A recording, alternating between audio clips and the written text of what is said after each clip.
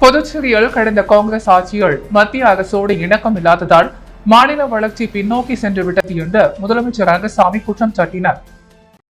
புதுச்சேரி பாஜக வேட்பாளர் நமச்சிவாயம் 3வது நாளாக தேங்காய் திட்டு முத்து மாரியம்மன் கோவிலில் சுவாமி தரிசனம் செய்த பிறகு பிரச்சாரத்தை தொடங்கினார். தொகுதியின் சட்டமன்ற உறுப்பினர் பாஸ்கரின் தட்சிணாமூர்த்தி தலைமையில் தொடங்கிய தேர்தல் பிரச்சாரத்தில் முதலமைச்சர் ரங்கசாமி கலந்து கொண்டு பிரச்சாரம் செய்தார். அப்போது அவர் பேசும் பொழுது கடந்த காங்கிரஸ் ஆட்சியில் மத்திய அரசோடு இணக்கம் இல்லாததால் மாநில வளர்ச்சி பின்னோக்கி சென்று விட்டது என்ற நிலையில் மீண்டும் காங்கிரஸ் கட்சிக்கு வாக்களித்து ஏமாற வேண்டாம். மத்தியில் தேசிய ஜனநாயக கூட்டணி அரசு அமைகிறது. அதே போன்று புதுச்சேரியிலும் தேசிய ஜனநாயக கூட்டணி அரசு அமைந்தால் மாநிலம் வளர்ச்சி அடையும் என்று குறிப்பிட்ட அவர், கடந்த 3 ஆண்டுகளில் தேசிய ஜனநாயக கூட்டணி அரசு அமைத்தவுடன் பென்ஷன் உள்ளிட்ட பல்வேறு வளர்ச்சி பணிகள், மக்கள் நலத்திட்டங்கள் நிறைவேற்றப்பட்டுள்ளது. எனவே உங்கள் நம்பி போட்டியிடும் பாஜக வேட்பாளர் நமச்சிவாயத்தை பெருவாரியான வாக்கு வித்தியாசத்தில் வெற்றி பெற செய்ய வேண்டும் என அவர் கேட்டுக்கொண்டார். தொடர்ந்து பிரச்சார வாகனம் தேங்காய் திட்ட மேட்டுத்தீவு, மகப்பாடம் சந்திப்பு, மிருங்கபாக்கம், அரியாங்குப்பம், விராம்பட்டினம் உள்ளிட்ட பகுதிகளில் மேலதாளத்துடன் இருசக்கர வாகன பேரணி முன்னே செல்ல பிரச்சாரம் நடைபெற்றது. மேலும் ஒவ்வொரு பகுதிகளிலும் பாஜக வேட்பாளர் நமச்சிவாயத்திற்கு ஏராளமான பெண்கள் பூக்கள் தூவியும் ஆரத்தி எடுத்தும் வரவேற்பு அளித்தனர். புதுச்சேரியில் இறுதி வேட்பாளர் பட்டியல் நாளை வெளியாக உள்ள நிலையில் அன்றே சுயேட்சைகளுக்கான சின்னமும் ஒதுக்கப்பட உள்ளது. ஆதலால் வாபஸ் பெற நினைப்பவர்கள் நாளை மாலை 3 மணிக்குள் விண்ணப்பிக்குமாறு அறிவுறுத்தப்பட்டுள்ளது. தமிழகம் புதுச்சேரியில் உள்ள 40 லோக்சபா தொகுதிகளுக்கும் ஒரே கட்டமாக வரும் ஏப்ரல் 19ஆம் தேதி தேர்தல் நடைபெறுகிறது. தேர்தலுக்கான வேட்புமனு தாக்கல் கடந்த 20ஆம் தேதி துவங்கி 27ஆம் தேதியுடன் முடிவடைந்தது. ஒட்டுமொத்தமாக புதுச்சேரி லோக்சபா தொகுதியில் போட்டியிட 34 வேட்பாளர்கள் 45 வேட்புமனுக்களை தாக்கல் செய்திருந்தனர். முறையாக கையெழுத்திடாத, உரிய நபர்கள் முன்மொழி செய்யப்படாத மனுக்கள் தள்ளுபடி செய்யப்பட்டன. இதில் பெரும்பாலான சுயேட்சை வேட்பாளர்களின் மனுக்கள் தள்ளுபடி செய்யப்பட்டன. இறுதியாக பாஜக வேட்பாளர் நமச்சிவாயம், காங்கிரஸ் வேட்பாளர் வைத்திலிங்கம், அதிமுக வேட்பாளர் தமிழ்வேந்தன் உட்பட 27 வேட்பாளர்கள் சமர்ப்பித்த 36 வேட்புமனுக்கள் ஏற்கப்பட்டன.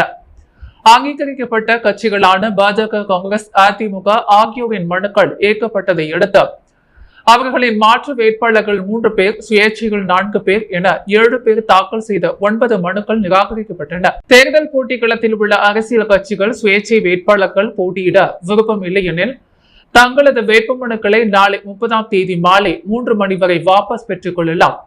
அன்றைய தினம் மாலை இறுதி வேட்பாளர் பட்டியல் வெளியிடப்படுகிறது. அன்றைய தினம் சுயேட்சை வேட்பாளர்களுக்கு சின்னங்கள் ஒதுக்கப்படும். ஒரே சின்னத்தை இரு சுயேட்சை வேட்பாளர்கள் கேட்கலாம். அவர்களுக்கு குழுக்கள் முறையில் சின்னம் ஒதுக்கப்பட உள்ளது.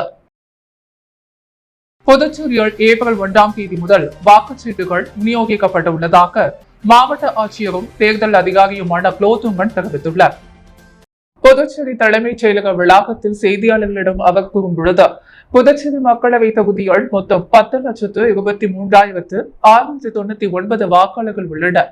அவர்களில் 5,42,979 பெண்களும் 4,80,569 பெண்களும் 3ஆம் பாலினத்தவர் 151 பேரும் உள்ளனர். இதில் முதல் முறை வாக்காளர்கள் 28,921 பேரும், 80 வயதுக்கு மேல் 38,684 பேரும், 85 வயதுக்கு மேல் 8,031 பேரும், 100 வயதுக்கு மேல் 97 பேரும், மாற்றுத்திறனாளிகள் 13,141 பேரும் உள்ளனர். சேவை வாக்காளர்கள் 325 பேரும், வெளிநாடு வாழ் வாக்காளர்கள் 368 பேரும் உள்ளனர். 2 மாநில வாக்காளர்களாக கருதப்பட்டோர் நீக்கப்பட்டுள்ளனர். புதுச்சேரியில் மொத்தம் 967 வாக்குச்சாவடிகள் உள்ளன. இதில் 232 வாக்குச்சாவடிகள் பதற்றமானவை. புதுச்சேரி பிராந்தியத்தில் 180, காரைக்காலில் 35 உள்ளன. 10 வாக்குச்சாவடிகள் அதிக பதற்றமானவையாக அடையாளப்படுத்தப்பட்டுள்ளன. அனைத்து வாக்குச்சாவடிகளிலும் கண்காணிப்பு கேமரா பொருத்தப்படும். பொதுப்பணித்துறை வங்கி தரப்பில் கொண்டு செல்லப்பட்ட ரூபாய் 3,56,00,000 பறிமுதல் செய்யப்பட்டார். அதில் 3,47,00,000 ரூபாய் திருப்பி வழங்கப்பட்டுள்ளது. கலால்துறையில் 110 வழக்குகள் பதிவாகி 41 பேர் கைதாகினர்.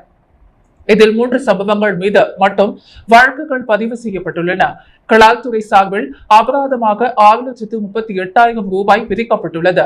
அதன்படி ரூபாய் 3,06,000 மதிப்புள்ள 996 லிட்டர் மது புட்டில்கள் பறிமுதல் செய்யப்பட்டுள்ளன. வீட்டிலிருந்து வாக்களிக்க 85 வயதுக்கும் மேற்பட்ட ஒருவரும் 609 மூத்த குடிமக்களும் 1322 மாற்றுத்திறனாளிகளும் விண்ணப்பித்துள்ளனர். இவர்களின் வீடுகளுக்கு நேரடியாக சென்று வாக்குப்பெறும் பணிகள் வரும் ஏப்ரல் 2ஆம் தேதி முதல் தொடங்கும். தபால் வாக்குகளிக்க சேவை வாக்காளர்கள் 325 பேரும், அத்தியாவசிய பணிகளில் இருக்கும் 43 பேரும் விண்ணப்பித்துள்ளனர். வாக்குச்சாவடி அதிகாரிகள் 4000 பேர் உள்ளனர். கட்டணமில்லா 1950 தொலைபேசி எண் மூலம் 248 புகார்கள் வந்தன. அவற்றில் 31 புகார்களுக்கு தீர்வு காணப்பட்டன. வாட்ஸ்அப்பில் 20 புகார்களும், CVGL செயலி மூலம் 10 புகார்களும் வந்துள்ளன. தேர்தல் நன்னடத்தை விதிகளுக்கு பிறகு 24,055 விளம்பரங்கள் அகற்றப்பட்டுள்ளன.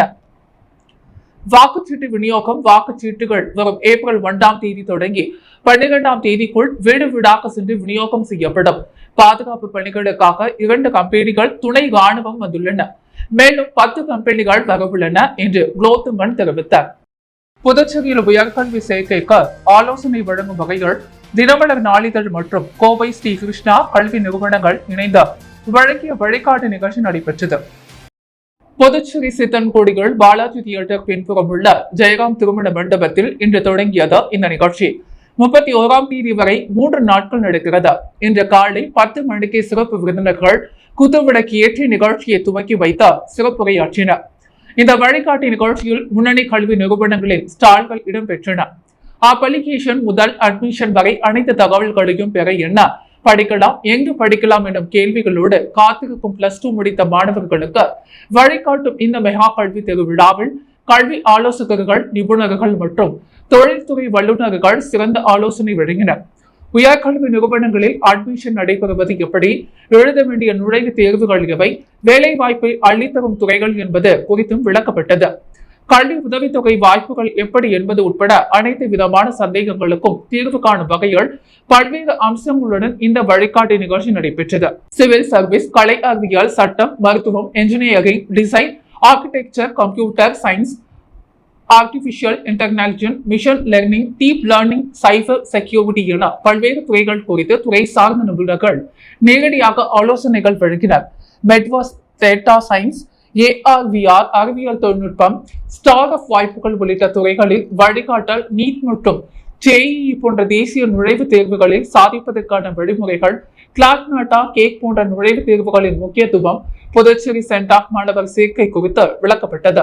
IIT, NIT, IISc, ICIEMS, JIGMER, ISI, IISER போன்ற தேசிய முக்கியத்துவம் வாய்ந்த கல்வி நிறுவனங்களில் சேர்க்கைக்கான வழிமுறைகள் குறித்தும் மாணவர்கள் விளக்கங்களை பெற்றனர்.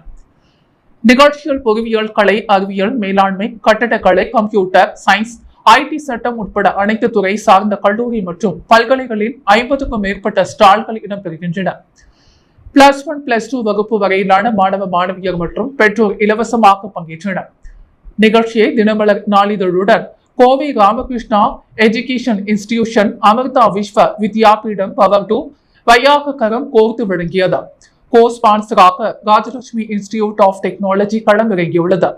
மேலும் வழிகாட்டு நிகழ்ச்சியை ருசிபால் நிறுவனம், BFM 92.7, எஸ்பீடியா அக்வாரி கிரீன் பேக்கேஜ், ட்ரெண்டிங் வாட்டர் ஆகியவை இணைந்து வழங்கியது. புனித வெள்ளியை முன்னிட்டு புதுச்சேரியில் உள்ள கிறிஸ்துவ தேவாலயங்களில் இன்று நடைபெற்ற சிறப்பு பிரார்த்தனைகள் மற்றும் சிலுவை பாதை நிகழ்ச்சியில் பல்லாயிரக்கணக்கான கிறிஸ்துவர்கள் கலந்து கொண்டனர். கிறிஸ்துவர்களின் தவக்காலம் சாம்பல் புதனன்று தொடங்கியது. தொடர்ந்து கிறிஸ்துவர்களின் புனித வாரம் கடந்த ஞாயிற்றுக்கிழமை குருத்தோலை ஞாயிற்றுடன் தொடங்கியது. அதனைத் தொடர்ந்து புனித வெள்ளி என்று கடைபிடிக்கப்படுகின்றது. தங்கள் பாவங்களை நீக்குவதற்காக இயேசு கிறிஸ்து தன்னை சிலுவையில் அறைந்து கொண்டு உயிர் நீத்ததற்காக கிறிஸ்துவர்கள் கருதுகிறார்கள். இயேசு உயிர் நீத்ததாக கூறப்படும் இந்த வெள்ளி புனித வெள்ளியாக அனுசரிக்கப்படுகிறது. தாங்கள் செய்த பாவங்களுக்காக சிலுவையை சுமந்து இயேசுப்பட்ட பாடுகளை காண சகிக்க முடியாததால் இனி பாவங்களை செய்ய போவதில்லை என இந்த புனித வெள்ளியில் உறுதியேற்றுக் கொள்வதாகவும் இந்த புனித வெள்ளி அனுசரிக்கப்படுகிறது. இதையொட்டி புதுச்சேரியில் உள்ள அனைத்து தேவாலயங்களில் சிறப்பு பிரார்த்தனைகள் மற்றும் திருப்பலிகள் நடைபெற்றது. புதுச்சேரி தூய ஜென்மார்க்கனி அன்னை பேராலயத்தில் புதுச்சேரி கடலூர் மறை மாவட்ட பேராயர் பிரான்சிஸ் கார்டிஸ் தலைமையில் இயேசு பிராணிகள் மரணத்தை நினைவுபடுத்தும் சிலுவை பாதை நிகழ்ச்சி மற்றும் சிறப்பு திருப்பலி நடைபெற்றது.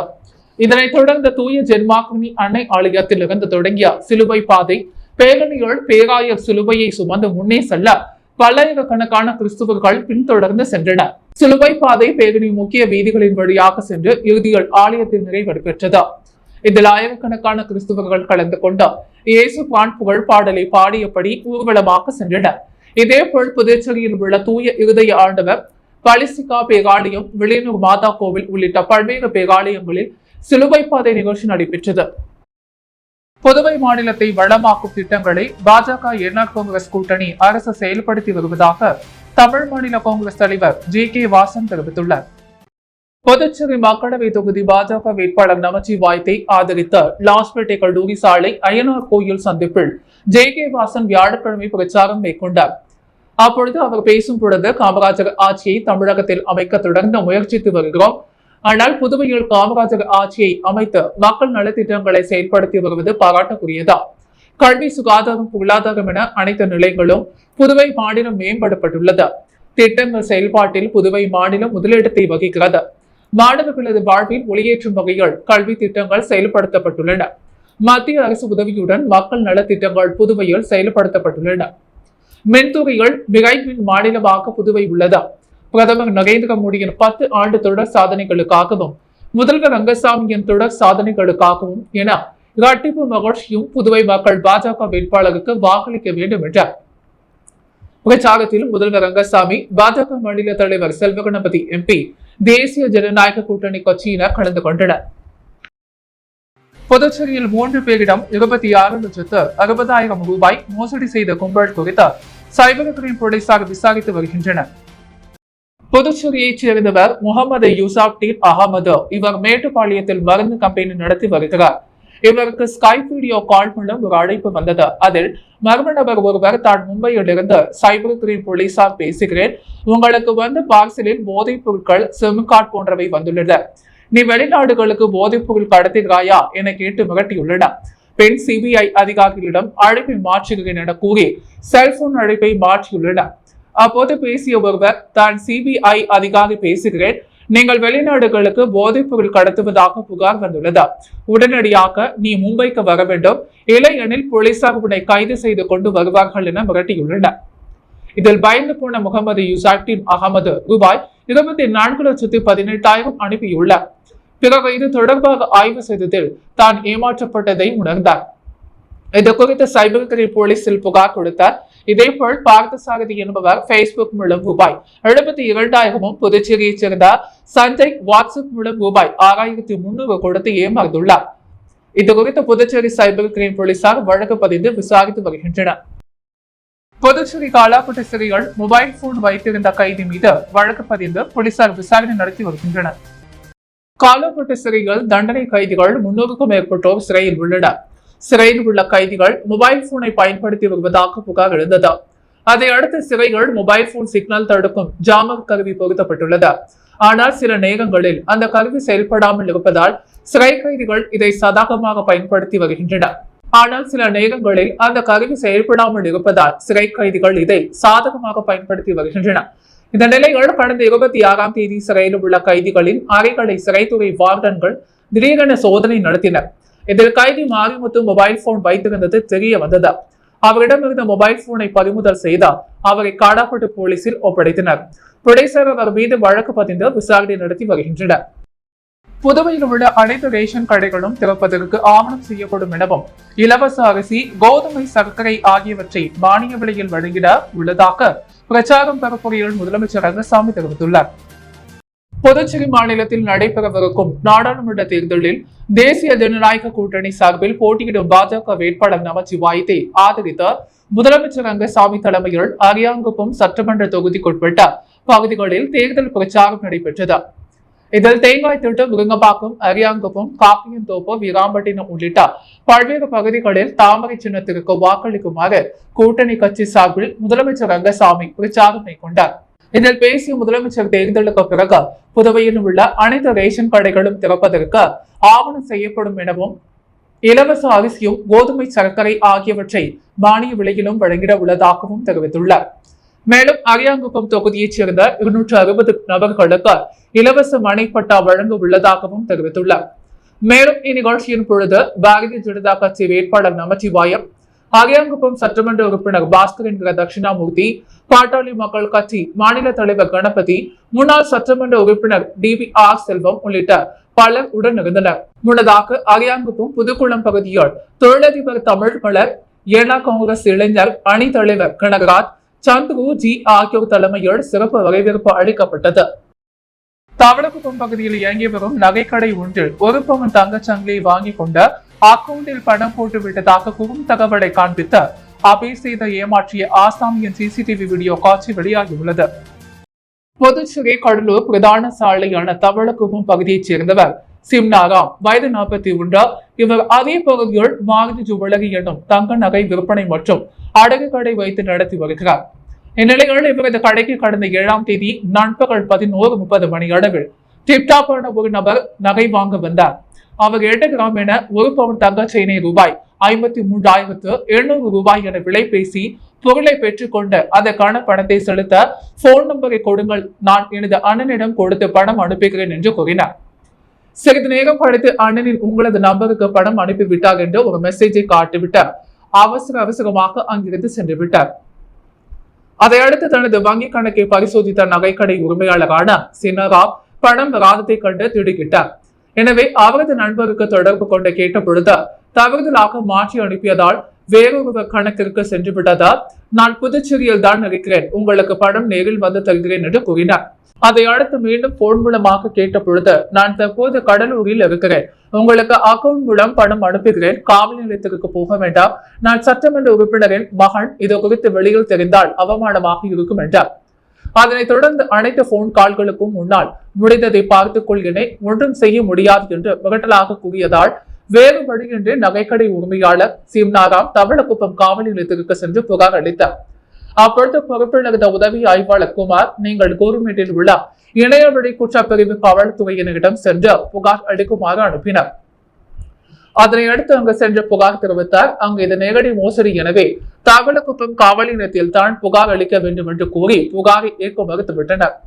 எனவே இதனால் விரக்தியடைந்த நகைக்கடை உரிமையாளர் செய்வதறியாத நூதன முறையில் நகையை திருடிச் சென்றவரின் சிசிடிவி காட்சிகளை சமூக வலைதளங்களில் வெளியிட்டார். தற்போது இந்த சம்பவத்தின் வீடியோ சமூக வலைதளங்களில் பரவலாக பகிரப்பட்டு வருகின்றன. Puducherry rotary club of Cosmos சார்பில் நடைபெற்ற சர்வதேச மகளிர் தின விழாவில் பல்வேறு துறைகளில் சாதனை புரிந்தவர்களுக்கு விருதுகள் வழங்கப்பட்டது. Puducherry rotary club of Cosmos சார்பில் சர்வதேச மகளிர் தின விழா கதிர்காமம் இந்திரா காந்தி அரசு மருத்துவக் கல்லூரி மருத்துவமனையில் கொண்டாடப்பட்டது.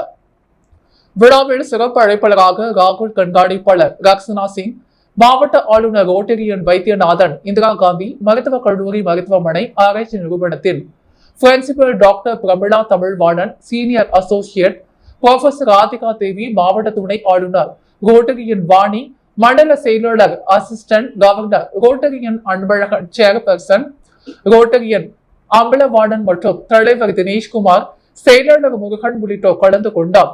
சர்வதேச மகளிர் தினத்தை பற்றி உரையாற்றினர். தொடர்ந்து பல்வேறு துறைகளில் சாதனை படைத்தவர்களுக்கு விருதுகள் வழங்கியும் பொன்னாடை பூர்த்தியும் கௌரவிக்கப்பட்டது. இந்நிகழ்ச்சியில் ஏராளமான ரோட்டரி கிளப் ஆஃப் காஸ்மோஸை சேர்ந்த நிர்வாகிகள், உறுப்பினர்கள், இந்திரா காந்தி மருத்துவக் கல்லூரி மருத்துவமனையைச் சேர்ந்த நர்சிங் மாணவ மாணவிகள், ஆசிரியர்கள் பல கலந்து கொண்டனர். புதுவையின் அன்றாட நிகழ்வுகளை காண பாண்டி ஹெட்லைன்ஸ் யூடியூப் சேனலை சப்ஸ்கிரைப் பண்ணுங்க. தொடர்ந்து எங்களுடன் இணைந்திருக்க பக்கத்தில் உள்ள பெல் பட்டனை பிரஸ் பண்ணுங்க, லைக் பண்ணுங்க, ஷேர் பண்ணுங்க. என்றும் உங்களுடன் பாண்டி ஹெட்லைன்ஸ்.